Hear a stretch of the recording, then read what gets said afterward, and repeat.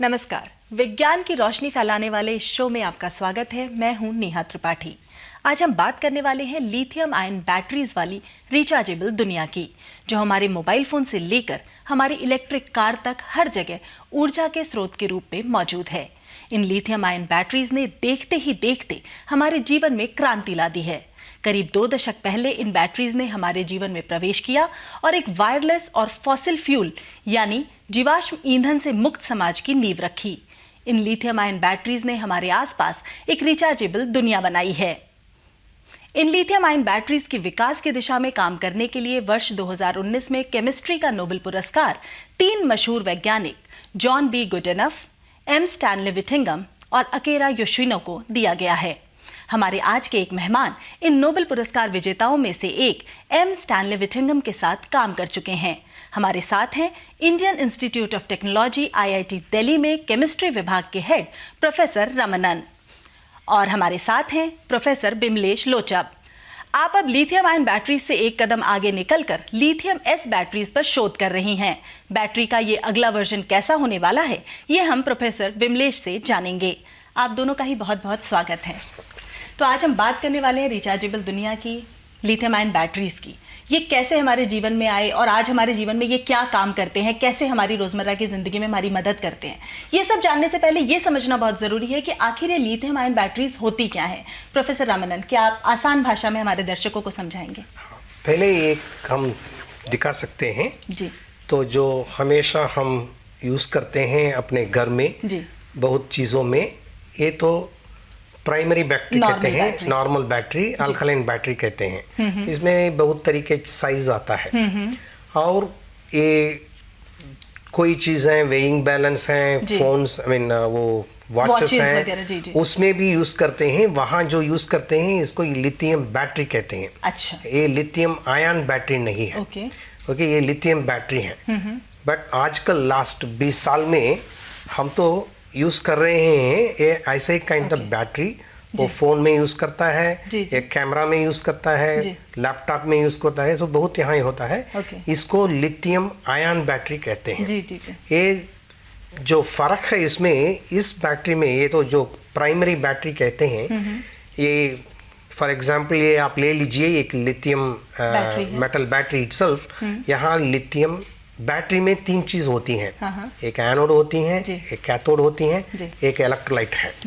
Okay, lithium metal battery में ये lithium pure lithium anode होती है और कैथोड में मैंगनीज डाइऑक्साइड होता है। ओके।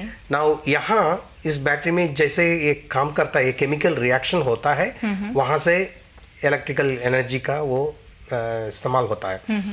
तो इसमें आपको ये बैटरी जो खत्म होने के बाद इसको तो हम फेंकते हैं, इसका यूज नहीं होता है।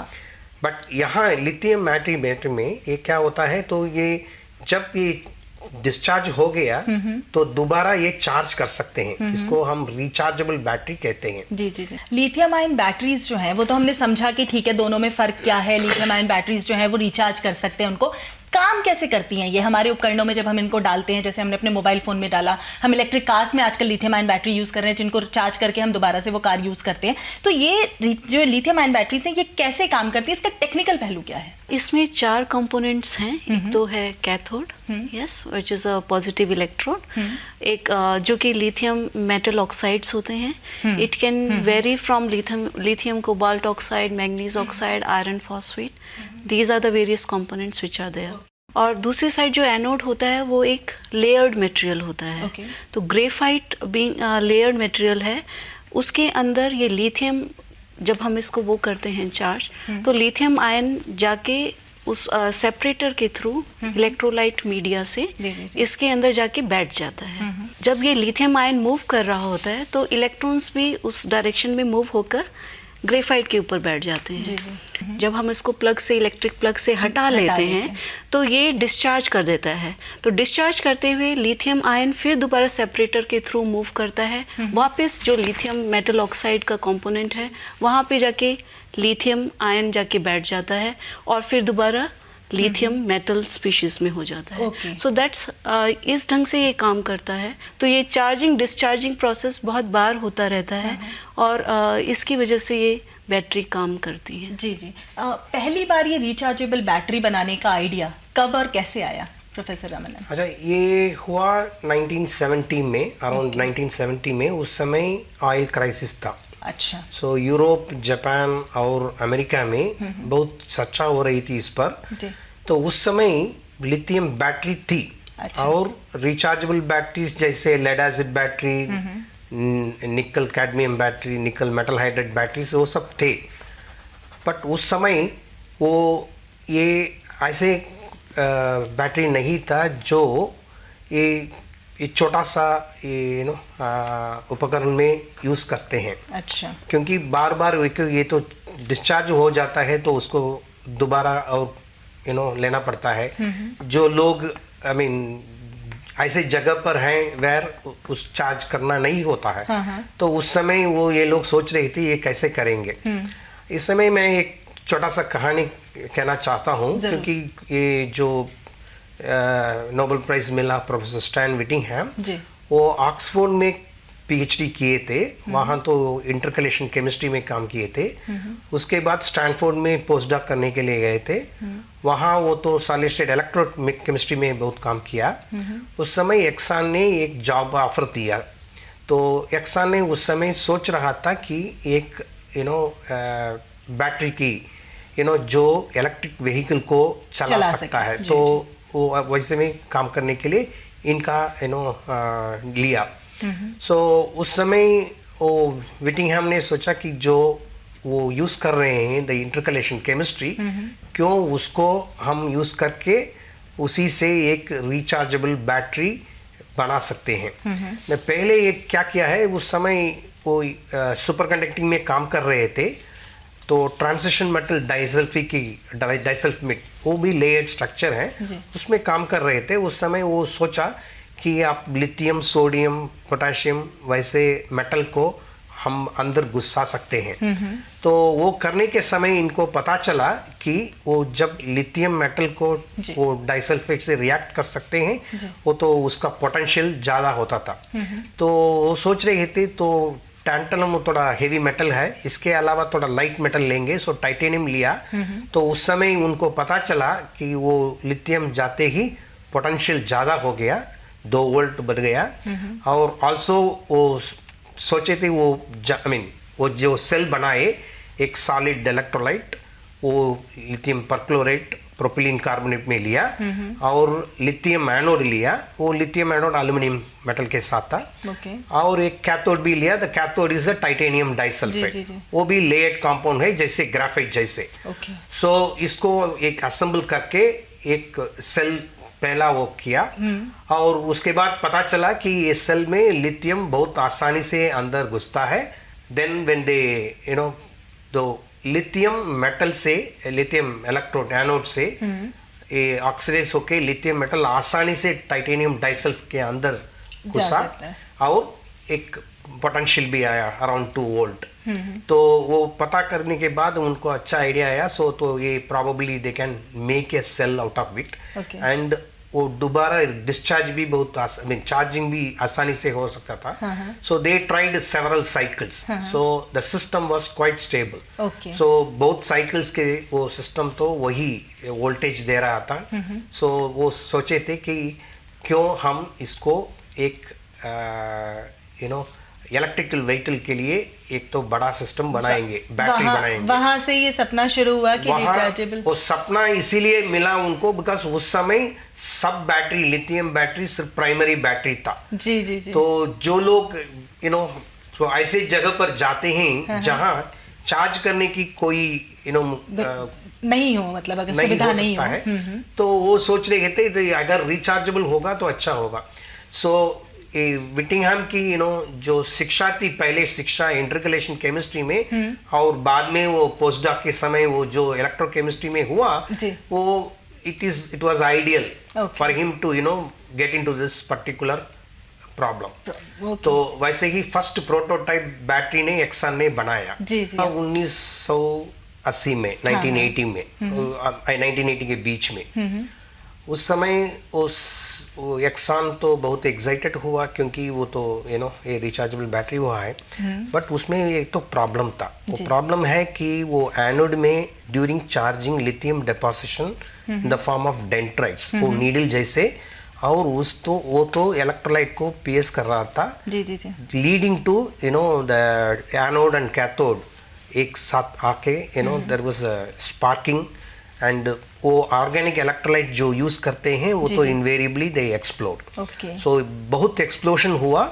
तो कुछ साल के बाद एक्सान ने वो सोचा कि तो ये it is not very safe. So उसकी वजह से एक्सान ने वो प्रोजेक्ट को बंद कर दिया। और उस समय वो ये प्रोफेसर जॉन गुडनफ जो दूसरा व्यक्ति है, उनके लिए अभी 97 ईयर का ओल्ड है, अभी भी काम कर रहे हैं, उनका कहानी शुरू हो रहा है इस लिथियम बैटरी में। वो तो एक वेल नोन मटेरियल्स केमिस्ट थे, electronic magnetic properties of oxygen में बहुत काम किए थे, और वो भी रैंडम एक्सेस मेमोरी का इन्वेंटर भी थे, MIT में काम कर रहे थे। वो उसको ऑक्सफोर्ड में 1976 शायद उसको एक इनऑर्गेनिक केमिस्ट्री लेबोरेटरी लीड करने के लिए उसका मौका मिला।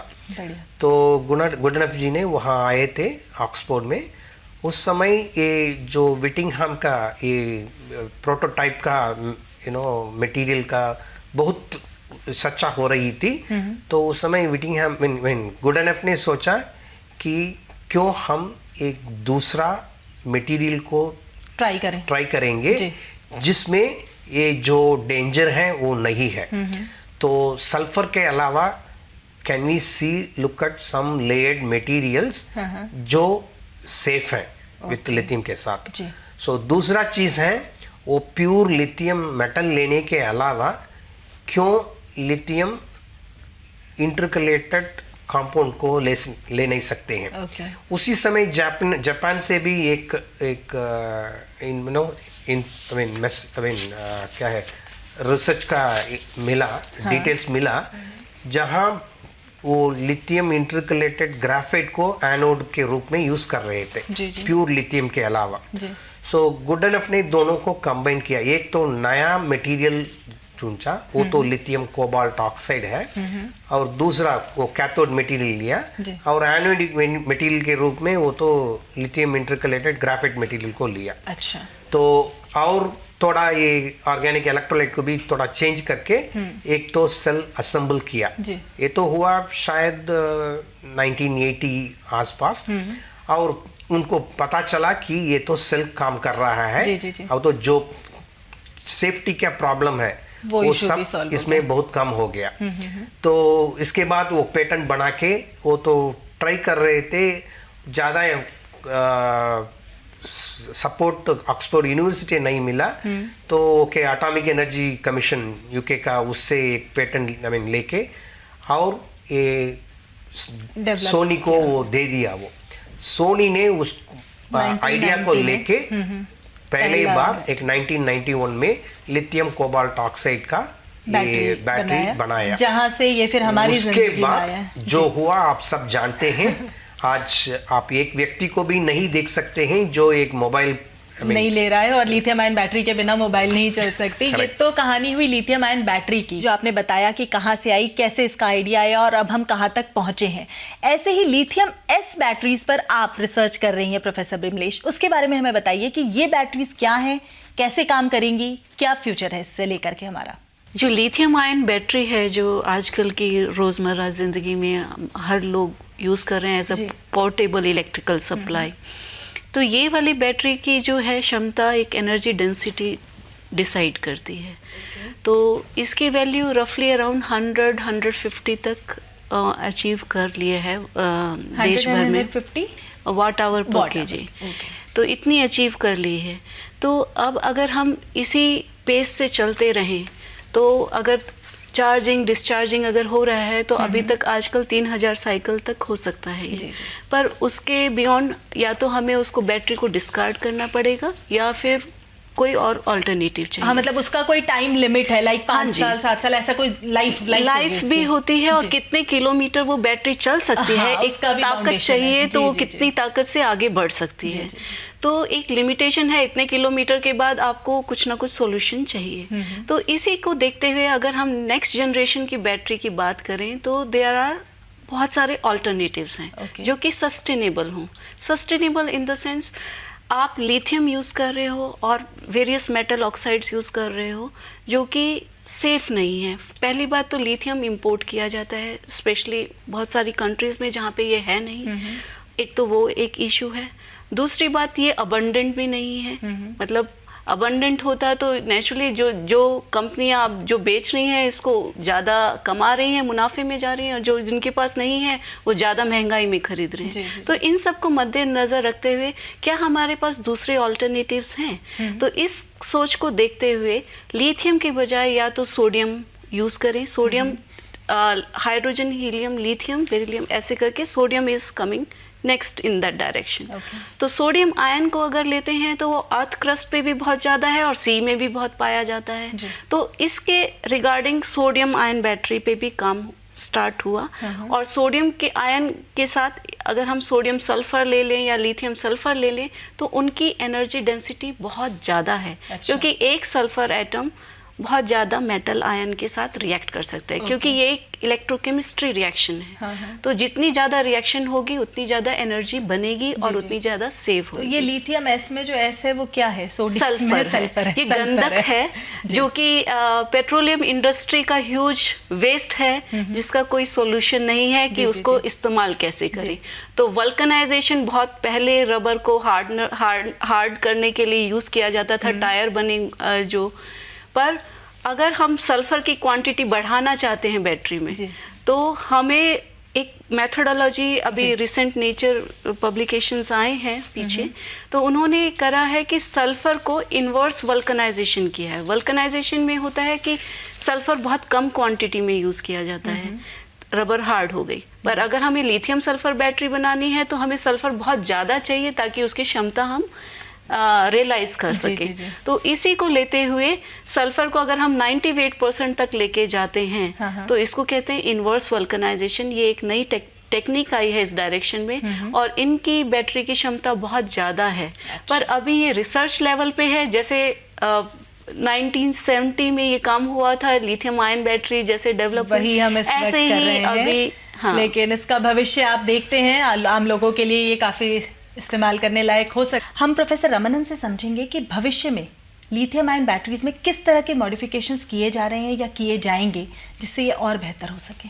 अच्छा, एक चीज़ है कि वो जो मेटल ऑक्साइड, सिर्फ कोबाल्ट ऑक्साइड यूज़ नहीं कर रहे हैं, तो बहुत कुछ चीज़ उसमें मॉडिफाई कर रहे हैं। सो फंडामेंटल केमिस्ट्री बहुत हुआ है और गुड इनफ के लैब से भी 3-4 मटेरियल्स आए हैं जो ये लिथियम कोबाल्ट इनिशियली जो बनाया हुआ उसके बढ़ा के वो जो बढ़िया वो पावर भी देता है और लॉन्ग लाइफ भी देता है। तो उसका बहुत कुछ हो रहा है इंडिया में भी। आईआईटी दिल्ली से लेके आईआईटी बाकी आईआईटीओ में भी, आईसर में भी और इंडियन इंस्टीट्यूट ऑफ साइंस में भी बहुत लोग एक कैथोड मटेरियल में काम करते हैं और एनोड मटेरियल में भी कुछ लोग काम कर रहे हैं। एंड बहुत कुछ काम ये तो इलेक्ट्रोलाइट मटेरियल में भी हो रहा है। ये अभी हम ऐसे सिचुएशन में आए हैं कि जो भी मोबाइल इलेक्ट्रॉनिक्स है वो लिथियम आयन बैटरी के अलावा नहीं चल सकता है। हम भी हमारे लाइफ में बहुत यूज्ड हैं।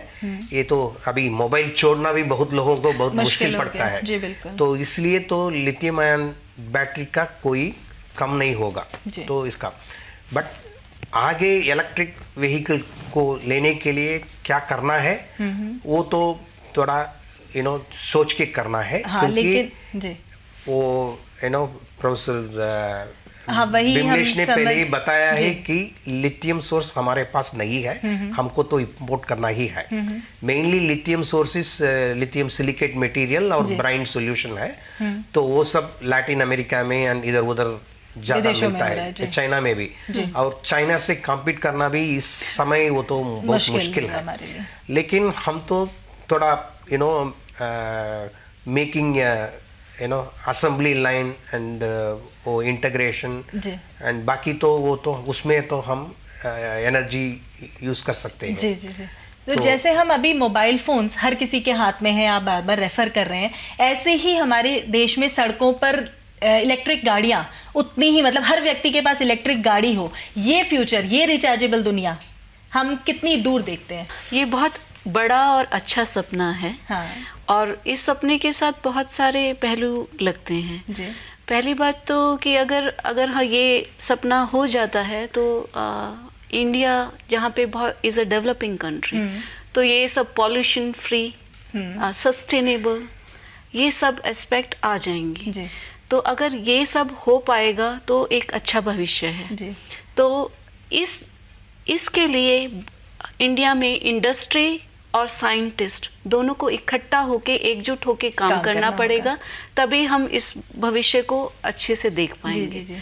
तो इसी उम्मीद से जैसे प्रोफेसर रमनन ने बोला कि कोई कैथोड पे काम कर रहा है, कोई एनोड पे काम कर रहा है, कोई इलेक्ट्रोलाइट पे काम कर रहा है, सेपरेटर का एक अपना रोल है। तो जैसे SNU में हम लोग कैथोड पे काम करते हैं, सल्फर बेस्ड पॉलीमर कैथोड हम लोग बनाते हैं और उसको ग्रेफीन में डालते हैं। कई लोग सिलिकॉन एनोड बना रहे हैं, कोई कुछ और काम कर रहा है। तो सब अगर एकजुट होके इसको समस्या को हल करेंगे तो ये सपना भी पूरा होगा। वो लिथियम आयन बैटरी में एक चीज है, एडवांटेजेस तो सब देख सकते हैं, बट वो थोड़ा लिमिटेशंस भी है। मैं अगला सवाल इसी पे ही आ रही थी कि हम बहुत सारे फायदों की बात कर चुके हैं, कुछ नुकसान भी होगा लिथियम आयन बैटरी का। नुकसान वो तो ये इलेक्ट्रिक व्हीकल को लेने के में तो सेफ्टी का इश्यू थोड़ा वो है, बहुत डेफिनेटली है। अच्छा। वो क्योंकि वो बैटरीज बहुत दे वेरी सेंसिटिव। ओके। तो टेम्परेचर सेंसिटिव भी है और बिकॉज कुछ भी छोटा भी शॉर्टिंग हो सकता है, तो दैट एनवायरनमेंट टेम्परेचर से भी फर्क पड़ता है या बस एनवायरनमेंट टेम्परेचर में भी वो चेंज हो सकता है। तो और दूसरा चीज है कि how far you can improve the charging discharging, yes, which I mean Bimlesh has already mentioned. Yes. So वो भी है। So these are all, and other than that, are we looking at the recycling of the old battery materials? Yes, क्योंकि हम बार बार ये कहते हैं ये fossil fuel से हमें तो मोक्ष मिलेगा, तो ऐसे ही बात कर रहे हैं, बट वो तो इतना आसानी नहीं है। नहीं लग रहा आपको? क्योंकि हम इतना बैटरी बना के उसके बाद क्या होता है, so is it possible to recycle it? क्योंकि हम एक साइड से एक पोल्यूशन को कम करा रहे हैं, but are we going to increase the pollution और दूसरी साइड से ये हम अभी सोच नहीं पा रहे हैं। ओके। तो इस फील्ड में भी काम करने की जरूरत है। एंड दूसरी चीजें इसमें आप देख लीजिए क्या क्या मेटल यूज करें। लिथियम तो यहाँ नहीं मिल रहा है, बट ठीक है, अभी लिथियम सोर्स की कोई प्रॉब्लम नहीं है। और कोबाल्ट टॉक्सिक मटेरियल है। तो वो जब आप बैटरी खत्म होती है उसको आप फेंकने लगते हो तो वो अगर क्योंकि toxic manganese is okay, environmentally fine, वो तो दूसरा ग्राफाइट मटेरियल है। सो वहां तो अभी लोग ऑलरेडी सोचना शुरू किए हैं, ये तो लिथियम बैटरी से वो ग्राफाइट को कैसे वो तो रिकवर कर सकते हैं। तो एक तो लोग सोच रहे हैं, बट ये तो टाइम लगेगा, इसके लिए बहुत लोग को रिसर्च करना पड़ता है। तो लगता है बहुत आसानी है, बट जो रिसर्च हो रहा है वो बहुत लोगों को नजर में नहीं आता है। कोई बात नहीं, लेकिन ये जरूर है कि इस तरफ हम ध्यान दे रहे हैं, हम रिसर्च कर रहे हैं इस फील्ड में, और हम उम्मीद कर रहे हैं कि इस फील्ड में इस तरह से काम करके हम कहीं आगे आने वाले समय में इलेक्ट्रिक व्हीकल्स, मोबाइल फोन्स और इस तरह से लिथियम आयन या लिथियम एस बैटरीज जो भी हम डेवलप कर पाएं, उससे हम आगे आने वाले समय में अपने जीवन को और आसान बना सकेंगे। आप दोनों का बहुत बहुत शुक्रिया हमारे इस शो में जुड़ने के लिए।